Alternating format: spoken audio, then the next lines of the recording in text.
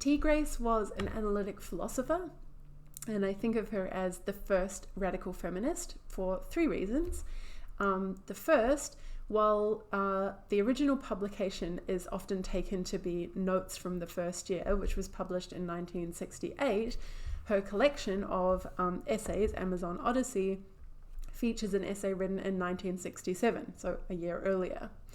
That essay was given as a speech at the National Organization of Women conference that year. The paper was called Philosophical Argument in Support of the Human Right of a Woman to Determine Her Own Reproductive Process. And T. Grace described it in a later interview with Beatrice Reynolds as the first major position paper to try to force the women's movement to come out on abortion. Second reason, she also says in that same interview, I invented radical feminism as a concept. And third reason, the back of the dust jacket for her book refers to her as the inventor and primary expounder of the concept of radical feminism. So I'm going to tell you a bit about her essay Radical Feminism, which was written in 1969, published in Notes from the Second Year in 1970, and then later in her collection Amazon Odyssey. Before that, though, it's interesting to consider what she says about this essay in that later interview. So she says, and I quote, "Basically, radical feminism came out of some thinking I was doing in the spring of '68 on the divisions we had in the last movement." So here she's referring back to the first wave.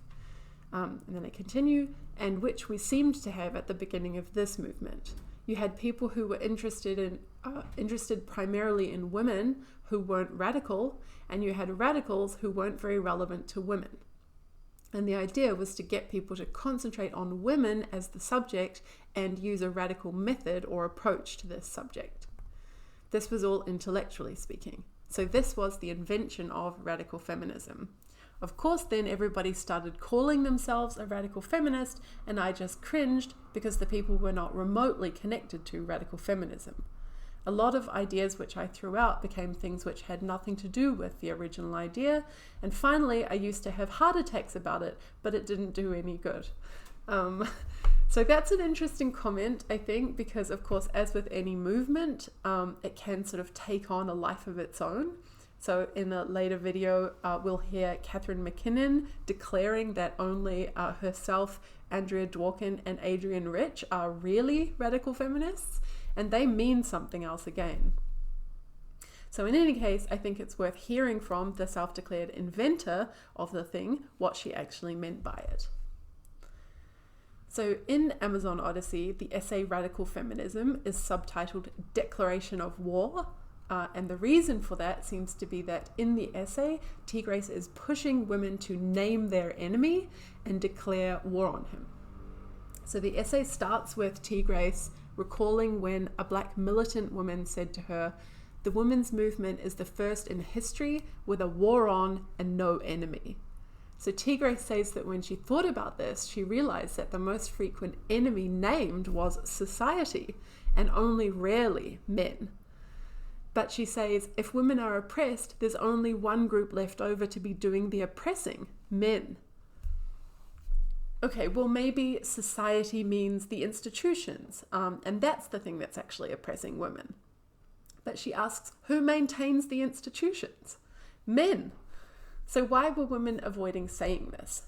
She thinks we need to confront him and we need to start understanding his battle strategy. But there has never been, at that time of writing, a feminist analysis. No causal or class analysis of women's persecution. So she says the lack of a structural understanding of the problem is at first sight incomprehensible. And here's our first clue about what radical feminism is. She says, when we understand the reasons why there has been no analysis, no structural understanding, and when we understand the implications of this, we are forced to radical feminism. And at this point in the text, radical feminism is in quote marks, as though the idea is being introduced for the very first time. She then makes a distinction between traditional feminists on the one hand, which is women who have thought about women as a class, but messed up by accepting political/functional classification by sex, which means accepting that men and women are different and have different functions in society. So traditional feminists on the one side, and on the other side, radical women, which seems to not mean radical feminist women. So radical women is something else. And these are women who do have the sense that there's a political problem somewhere in the vicinity of women, but they haven't fully explored the idea that women are a class. So she criticizes both traditional feminists and radical women, and says that women are a class and we must examine the basis for this assumption. So for T. Grace, women are oppressed as women, just as black people in America were oppressed as black. So in Amazon Odyssey's earlier essay on abortion that I mentioned already, she had explained more about this idea of political/functional classification, saying that the only thing that distinguishes a woman from a man is reproductive function. Here she seems to be saying that the problem is with this very distinction. So she writes, in order to improve their condition, those individuals who are today defined as women must eradicate their own definition. And she goes on, women must, in a sense, commit suicide, and the journey from womanhood to a society of individuals is hazardous. So she seems to be using woman as a social role here, and using suicide, hyperbolically, to mean that we need to get rid of anyone filling that social role and move instead to a society of humans rather than people separated into social roles by their biological functions.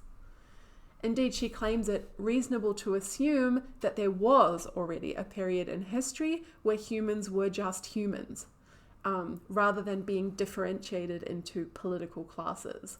So this is not merely a possible future, but likely an actual past. So this is the origin of what can be understood as gender abolitionism. And I actually think there's room to argue over whether this is a vision of gender abolitionism alone, which means no more social roles decided on the basis of sex, or if it's a vision of sex abolitionism, which means no more marking of humans by sex so that there can be no more social roles decided by sex. T. Grace uses military terminology as the essay goes on to ask questions about men as the oppressor. She asks, who is helping him? What is the best way to knock him out?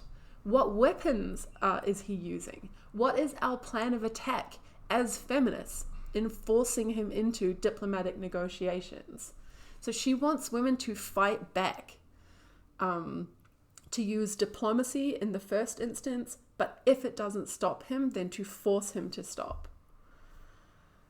But despite this militaristic language, she defends feminist analysis, actually, as the most radical action women could take, and as having implications that are, and I quote, a greater threat to the opposition to human rights for women than all the actions and threatened actions put together up until this time by women. So the core commitments of this analysis, feminist analysis, are that women are a class, and this means feminist analysis must include all women. So remember, she's writing this in 1969, so that's interesting in light of how commonly the second waivers are charged with being for privileged women only. She thinks this class has two aspects, biological and sociological. And she uses female/woman to track this biology/sociology distinction. She says, women are a political class characterized by a sexual function. So political classes are artificial in the sense that some feature of the members is picked out for appropriation, but it need not have been. So T. Grace sees feminist analysis as causal class analysis, concerned with the interactions between two classes, namely males/men and females/women. So she thinks this appropriation of women's sexual function by men is unjust. She says, and I quote again, "There is no justification for using any individual as a function of others." So what are the solutions? Well, we could eliminate men as, and I quote again, "biologically incapable of humane relationships and therefore a menace to society."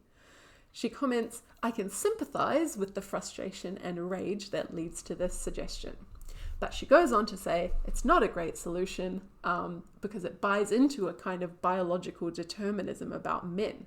The idea is something like, if he has a penis, then he's definitely going to turn out to be inhumane and a menace. And she thinks that how men behave is not ultimately about genetics, but about socially conditioned behavior. So she says it is sex roles, the social roles males and females are forced into on the basis of their sex, which must be destroyed, not the individual males and females themselves. If you're interested to read more of her work, the Open Library has an electronic copy of Amazon Odyssey. You just have to create a free account to get access to it. So that's a good way to read more from Atkinson.